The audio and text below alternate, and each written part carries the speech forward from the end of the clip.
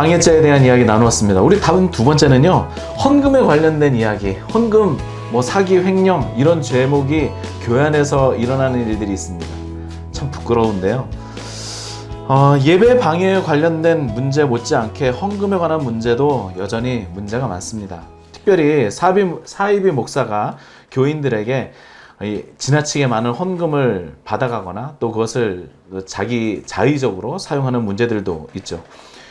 내가 병을 고친다, 또 내가 많은 일들을 잘 할 수 있다, 나에게 기도받으면 대대손손의 복을 받고 잘 될 수 있으니까 만사형통할 터이니 헌금을 내라고 강요하는 일들도 많습니다. 또 얼마만큼의 헌금이나 11조를 하지 않으면 저주가 내릴 것이다 라고 이야기하는 목사들도 있죠.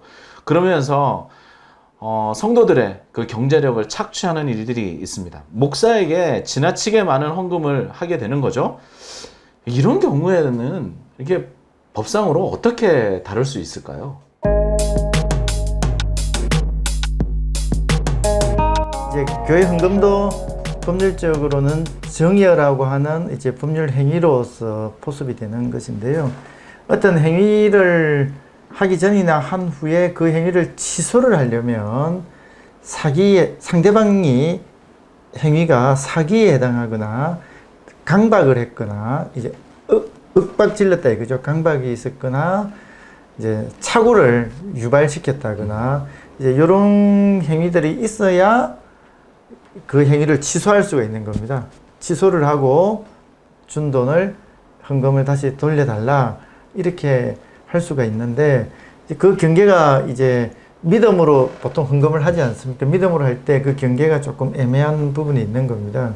그래서 막연한 자기의 기대와 신앙을 가지고 한 행위에 대해서 나중에 돌려받는 것은 상당히 어려운 점이 있고, 근데 방금 말씀하신 대로 누가 보더라도 기독교의 복음의 진리와 우리 기본적인 원칙에서 벗어나 있는 그런 말들, 구체적으로 눈을 고쳐주기 위해서 돈을 내놔라 한다든지, 자녀를 어떻게 하기 위해서 어떻게 한다든지 하는 구체적 조건과 인과성을 띄어서 돈을 받았는데 그것이 실현될 가능성이 없는 그런 식으로 실현되는 일이 아닌 이제 그런 것들이 분명할 때에는 이제 사기다라고 해서 그 계약을 취소하고 헌금을 증여한 걸 돌려달라 이렇게 할 수가 있습니다. 그냥 거기에까지 이르지 않은 정도라면 돈을 돌려받기가 어려운 점이 있죠. 네, 그렇습니다. 그리고 목사의 말만 믿고 이렇게 돈을 주었을 때 혹은 헌금을 했을 때 그 목사의 말에 대한 진위가 과연 어떠한가, 이런 부분들을 판단해야 되는데 사실 이게 좀 쉽지 않지 않습니까? 그렇습니다. 그러니까 하나님 나라 좀 추상적인 가치를 설파를 하셨고 그에 동의를 해서 헌금을 했는데 내 생각이 바뀌었다거나 내 신앙이 이제 좀 달라졌다거나 해서 그걸 돌려달라라거나 이렇게 하는 것이 법적으로 허용되는 것은 아닙니다. 쉽지 않다라는 것이고, 이제 계속 말씀드린 대로 누가 봐도 명확한, 정신을 차리고 보면 누가 봐도 명확한 허위 인과성이 결여되어 있는 고지를 하고 돈을 받았을 때 사기성으로 해서 취소가 될 수 있는 그런 문제가 있습니다. 그런데 이런 경우도 있더라고요. 처음에 좋은 목사님인 줄 알고 이제 교회 헌금도 하고 또 돈도 보내고 했는데 알고 보니까 이 목사가 행실이 아주 나쁜 거예요. 그걸 이제 확인하게 된 거죠. 그러니까 이제 지금까지 내가 냈던 헌금을 좀 돌려달라.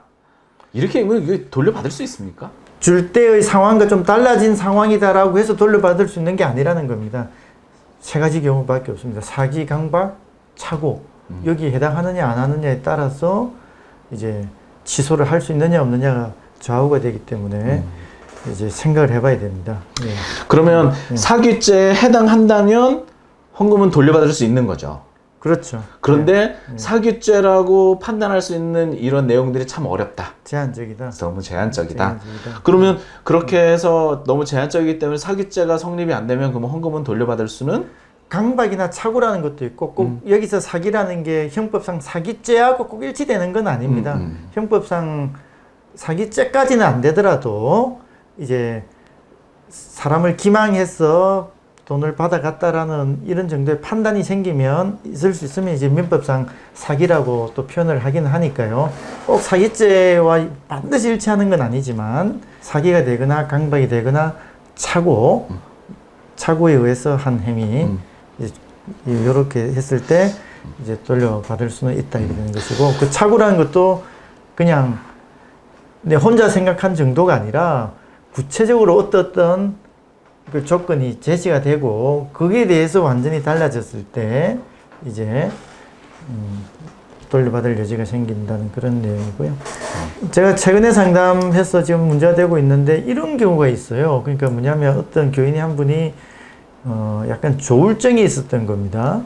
조울증이 있는데 교회 가니까 마음도 편하고 했는데 이분은 그 다음부터는 이제 신앙이 들어오니까 생기고 마음이 좋아지니까 목사님 말씀을 듣는데 보답을 하고 싶은 거예요. 보답을 하는데 돈으로 보답을 하는 강박이 생긴 겁니다. 자기 압박감이 생긴 겁니다. 충동감이. 그러니까 그걸 참지를 못해요, 이분은. 그 생각이 들면. 그래서 하루에 11조라는 이름으로 하루에 돈을 서너 번씩 교회에 헌금을 하는.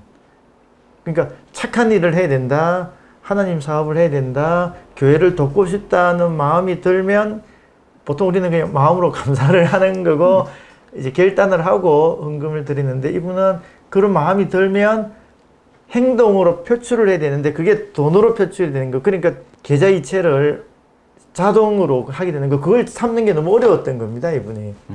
그러니까 이분이 이제 수년, 한 3, 4년간 이제 한 1억 넘게의 돈을 하루에 그러니까 10만 원, 20만 원, 30만 원 이런 걸 하루에 두세 번씩 오는 것들을 계속 이렇게 했는데 이분이 이제 지금 이제 약을 먹고 해서 조금 회복된 다음에는 내 생계 터전 이제 토대였는데 지금 돈이 없으니 이제 목사님께 돌려달라고 요구를 했고 교회에서는 이제 조금 어렵다라고 했어. 이분이 그럼 소송을 해야 되냐 말아야 되냐 이렇게 하고 있는데 이제 참 안타깝지만 또 여러 가지 어려운 점이 있는 것이고 이제 근데 법리적인 문제를 떠나서 이분이 호소하는 건 그런 겁니다. 내가 병이 있다는 것도 알았고 교회에서도 왜 신방을 와서 다 기도도 해주고 내가 병이 있다는 걸 기도 제목으로 내놓게 됐으니까 내가 병이 있다는 것도 알았는데 그렇게 한 사람이 하루에 두세 번씩 계속 그렇게 하면 나를 제재를 하든지 나의 돈을 못 넣게 하든지 이런 조치를 취해서야 되는 거 아닌가. 그렇게 하지 않은 것에 대해서는 교회에서도 좀 책임 있는 거 아닙니까? 이러면서 이분은 지금 호소를 하고 있는데 참 법리적으로 어떻게 기길이 될지는 조금 지켜봐야 될 것 같습니다. 네.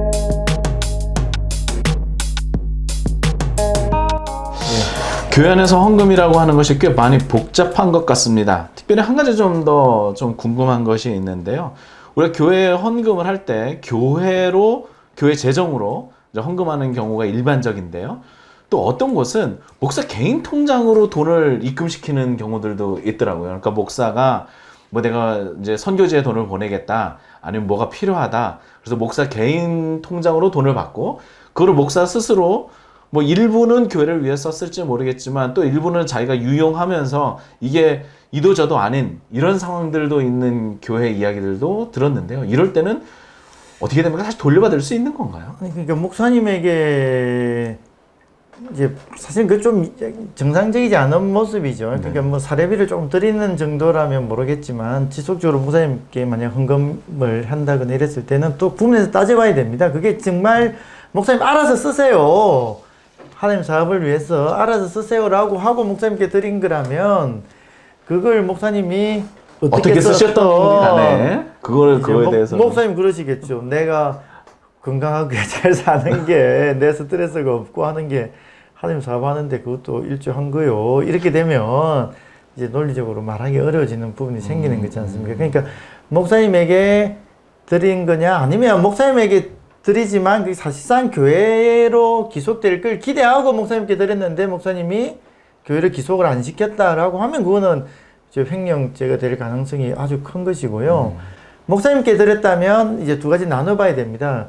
구체적인 이제 조건을 걸고 예를 들어서 해외 선교 자금을 목사님이 수고를 하시니 목사님이 그 돈을 쓴다고 해서 뭐 명시적으로든 암묵적으로든 이제 그 선교 사업임을 전제로 목사님께 돈을 드리면 목사님이 그 선교 사업을 하실 거다라든지 이런 식으로 용도가 특정이 되어 있다면 그걸 목사님이 다른 데 썼다면 그거는 문제가 됩니다. 문제가 되는데 이제 그런 용도가 구체적으로 특정이 안 돼 있는 상태에서 그냥 목사님이 알아서 목사님 하나님 사업에 좀 쓰십시오라고 드렸다면 그거는 목사님한테 맡긴 게 되니까 거기에 대해서 목사님의 사용처에 대해서 네, 문제를 법적 문제로 제기하기는 좀 어려운 점이 있다 이렇게 말씀드릴 수가 있습니다. 목사님이 개인적인 용도로 드릴 게 아니라면 사실상 모든 것은 교회로 귀속시키는 게 맞고 뭐 그렇게 하기 힘든 사정이 있다면 진짜 용도를 특정해서 목사님께 드리는 그래서 그 돈이 다른 곳에 쓰이는 걸 전제로 한 경우에만 그렇게 하는 것이 바람직하지 않겠나. 분명하게 그러니까, 목적, 네. 그 목적을 위해 사용되도록 그렇게 네. 확인하는 일이 필요하겠습니다. 헌금 이야기가 좀 많아서 그런데요. 한 가지만 제가 더 묻겠습니다. 이거 과거에서도 그랬는데 약정하지 않습니까? 뭐 건축 헌금 약정. 그래서 서면으로 쫙 돌려가지고 뭐 얼마를 내겠습니다. 이런 약정도 하고 뭐 사인해가지고 교회 내기도 하고 그런단 말이죠.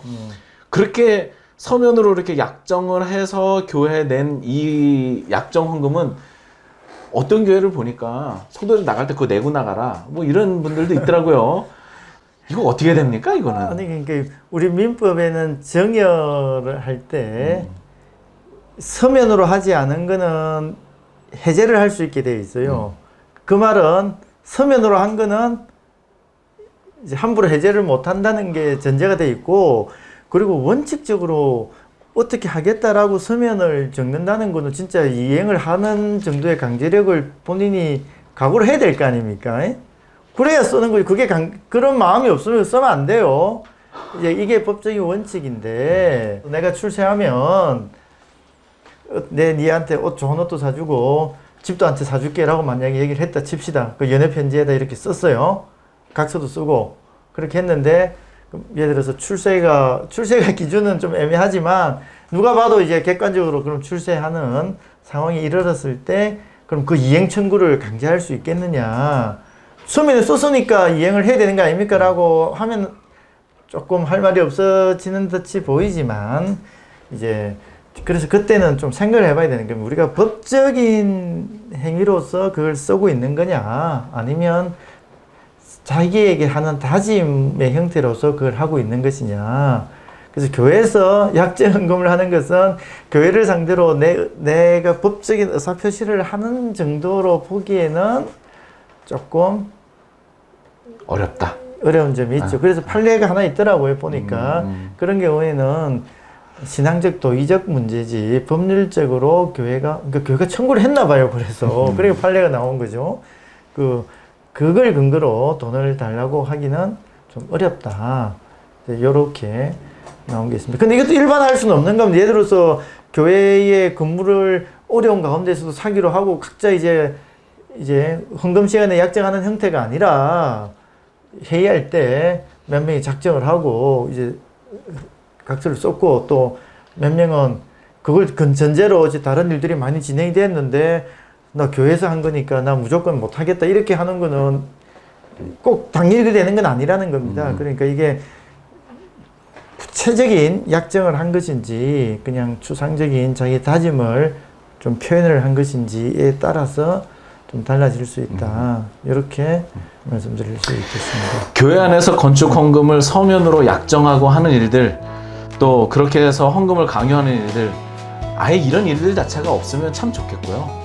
그리고 혹시라도 이런 일이 있을 때 이것이 굉장히 법적으로 무거운 책임을 지는 것이다 라고 하는 마음들도 여러분 좀 가지시면 좋겠고 그럼에도 불구하고 신앙적인 양심 가운데 내가 이것을 꼭 감당할 것이다 라고 하는 그런 표현들도 또 무거운 책임감을 가지고 잘 할 수 있었으면 좋겠습니다.